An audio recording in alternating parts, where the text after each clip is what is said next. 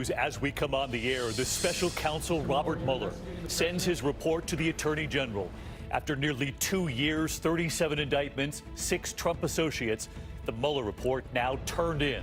The White House getting the call first, then Congress alerted the report was done. Carried by a security officer to the Department of Justice. Tonight, what we know already. The letter now from the Attorney General William Barr to Congress. An early word coming in tonight from the AG that his first summary could come as early as this weekend. John Karl and Pierre Thomas standing by with new reporting. Also tonight, President Trump now responding. Sources telling ABC News the initial reaction, quote, glad it's over. Also tonight, no new indictments from Robert Mueller. Dan Abrams standing by on what that means. And what's in the report itself? Are there any clues yet? Tonight, reaction pouring in from Capitol Hill. Demands that the Mueller report be made public, that the American people get to see it. But will that happen? Mary Bruce standing by live on the Hill. Also breaking this Friday night, that chemical plant fire, worries about the air. And just tonight, the new fire now erupting a short time ago. Major news on Boeing tonight and those new MAX jets grounded. After news many were missing crucial safety software that cost extra. Tonight, the new headline. And the priest attacked during Mass, the moment live streamed, and what we know tonight. This is ABC World News Tonight with David Muir. Good evening, and it's great to have you with us here on a very busy Friday night, and we begin tonight with the Mueller report. Now turned in, Robert Mueller's work is over. His report carried by a security officer to the Department of Justice this afternoon. In fact, the White House was called at 4:40 this afternoon and told it was done. Then Congress was alerted that the 22-month investigation is over. Tonight, the first major headline right here, the Department of Justice confirming no new indictments, as we first reported here last night. The second major headline tonight, the Attorney General could deliver his first summary of the Mueller report by this weekend. As we have reported, the investigation launched 22 months ago, $25 million spent, 37 indictments, including 6 of President Trump's associates. National Security Advisor Michael Flynn, one-time campaign chair Paul Manafort, Deputy Campaign Manager Rick Gates, Foreign Policy Advisor George Papadopoulos, personal attorney and fixer Michael Cohen, and longtime political operative Roger Stone, all but Stone pleading guilty. Tonight, what's in the report remains a mystery at this hour, but let's get right to ABC's chief White House correspondent, Jonathan Karl. And John, do we have any indication yet if the president has been given any clues as to what's in this report? David, at this point, all indications are the report remains as much a mystery to the president as it does to the rest of us. But the president is telling his friends and aides that he is glad it is over. Tonight, after nearly 2 years, Robert Mueller's work is finally done. Late today, a security officer hand-delivered his final report to the Department of Justice and to Attorney General Bill Barr. In a letter sent this evening, Barr officially notified Congress the special counsel has concluded his investigation of Russian interference in the 2016 election and related matters. The contents of the report and even the exact timing have been a tightly guarded secret. This morning, even President Trump was in the dark. I have no idea about the Mueller report. Tonight, Barr informed Congress, I am reviewing the report and anticipate that I may be in a position to advise you of the special counsel's principal conclusions as soon as this weekend. As ABC News first reported yesterday, a senior Department of Justice official confirmed today Mueller is recommending no further indictments. Ultimately, it will be up to Barr to decide how much of the report is made public. At his confirmation hearing, Democrats tried to nail him down. Will you commit to making any report Mueller produces at the conclusion of his investigation available to Congress and to the public? As I said in my statement, I am going to make as much information available as I can, consistent with the rules and regulations that are part of the special counsel regulations. Will you commit to making any report on the obstruction of justice public? That's the same answer. Tonight, Barr tells Congress he is committed to as much transparency as possible.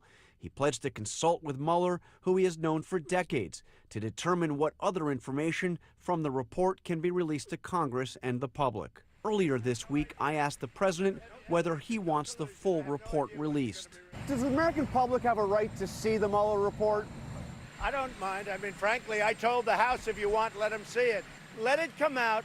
Let people see it. That's up to the Attorney General. We have a very good Attorney General. He's a very highly respected man, and we'll see what happens. Amidst the anticipation over Mueller's last act, the president amped up his attacks on the special counsel, again and again calling the whole investigation a witch hunt. I have a deputy appoints a man to write a report on me to make a determination on my presidency. People will not stand for it. All right, so let's get right back to John Carl live tonight. John, as you reported there, sources say the president's first response, glad it's over. And even though we still don't know the contents of this report, there must be some relief for the president tonight and for people in his inner circle with the news that there are no new indictments. Oh, no question about that, David. The president's legal team also has put out a statement saying that they are pleased the report has been issued, the investigation is over. And Sarah Sanders, the press secretary, said the next steps regarding release will be up to Bill Barr. And she said, David, that the president, the White House, they have not been briefed at all on the contents or conclusions of the report, at least not yet. All right, John Carl leading us off on this Friday night. John, thank you. As we reported at the top, the first summary from the Attorney General could come as early as this weekend. So let's get right to ABC's Chief Justice correspondent Pierre Thomas tonight. And Pierre, that was news as well, that we might see this summary so quickly, because we now know that this is up to the Attorney General, William Barr, what to release, how much to release, and when. That's right, David. Bill Barr is a veteran of Washington. He's under incredible pressure, and he knows he has to make some of Mueller's conclusions known and quickly. Tonight, with that new indication from the Attorney General that his first summary of Robert Mueller's findings will be made public by this weekend, it's clear Robert Mueller's work is over. No more indictments, but his findings not yet revealed. Mr. Mueller, are you investigating the president? For 22 months, Robert Mueller has been a virtual ghost. We begin with that breaking headline. They will appoint a special counsel, letting his indictments and court filings speak for themselves. First indictments from the special counsel. 34 people charged, 7 pleading guilty. Where's Paul? Paul Manafort. Including the president's campaign chairman. Mr. Manafort, did you commit a crime? His deputy campaign manager, his first national security advisor, and his guilty plea. And his longtime personal attorney and fixer.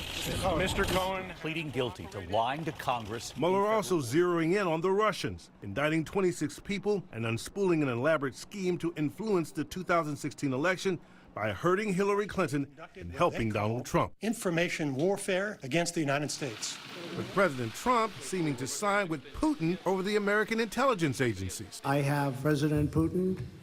He just said it's not Russia. I will say this, I don't see any reason why it would be. Trump attacking the investigation at every turn. But the entire thing has been a witch hunt. They won't find any collusion. It doesn't exist. There was no collusion. There was no obstruction. There was no nothing. Mueller also investigating whether the president repeatedly tried to obstruct the investigation. Why don't I just fire Mueller? Well, I think it's a disgrace what's going on. Many people have said you should fire him. The special counsel's team interviewing dozens of witnesses, including around 30 current and former White House officials. But President Trump himself refusing to sit face-to-face with Robert Mueller. So let's get back to Pierre live in Washington tonight. Pierre, one thing that was made very clear today was that no one stopped Robert Mueller. No one stood in his way. Everyone he wanted to investigate here, he was allowed to investigate. That's right, David. Barr made clear that Mueller was a complete professional, and there was no lead that he wanted to pursue where he was told no, David. That was really important. All right, Pierre Thomas, our thanks to you as well tonight. Let's get right to ABC's chief legal analyst, Dan Abrams, who's been following this with us all this afternoon. First off, no new indictments, crystal clear from the Department of Justice. Some are going to wonder, does that include any potential sealed indictments left to be open? I think no new indictments means no new indictments. I don't think this is a semantics game. Okay, what about the other investigations that have been sent elsewhere that we're already reporting on? Those are going to continue in New York and Washington, D.C., but what's different now is that ultimately those people report directly to William Barr, the Attorney General.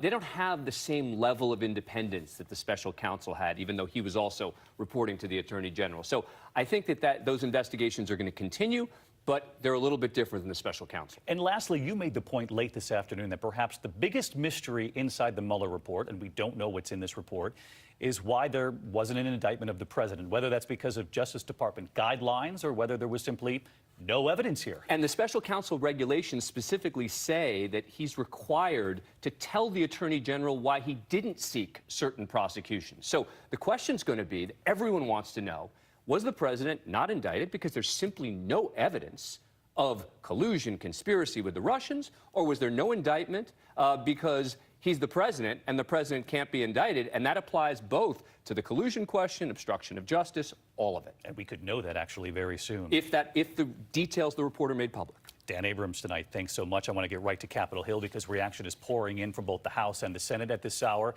Of course, it was just last week the House voted overwhelmingly, Republicans and Democrats, to make the Mueller report public. Let's get right to Mary Bruce. She's up on the Hill tonight monitoring this. And Mary, we have the letter from the Attorney General sent to Congress this afternoon. The special counsel has submitted to me today a confidential report. And that's what's key here. Confidential. It's now his decision here how much the American public will see. And David Barr has promised lawmakers that he will be as transparent as possible. But based on what we're hearing from Democrats tonight, they are not going to be satisfied until they see the full Mueller report and the underlying evidence. Just Barr's summary is simply not going to suffice. And Democrats are going to use every tool they have available to get this information. That means brace yourself for more subpoenas. It means we could see Mueller and Barr testifying here on the Hill. And it means we could see a long court battle.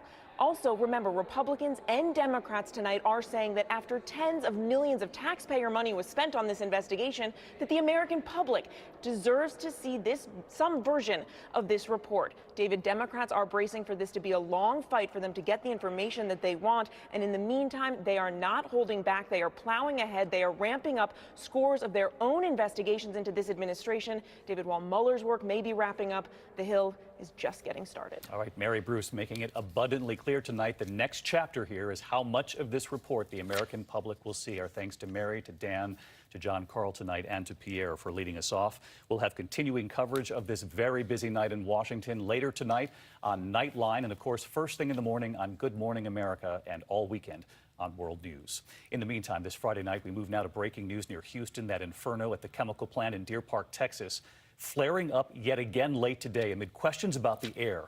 At least 2 tanks are now on fire, a new plume of black smoke pouring into the sky tonight.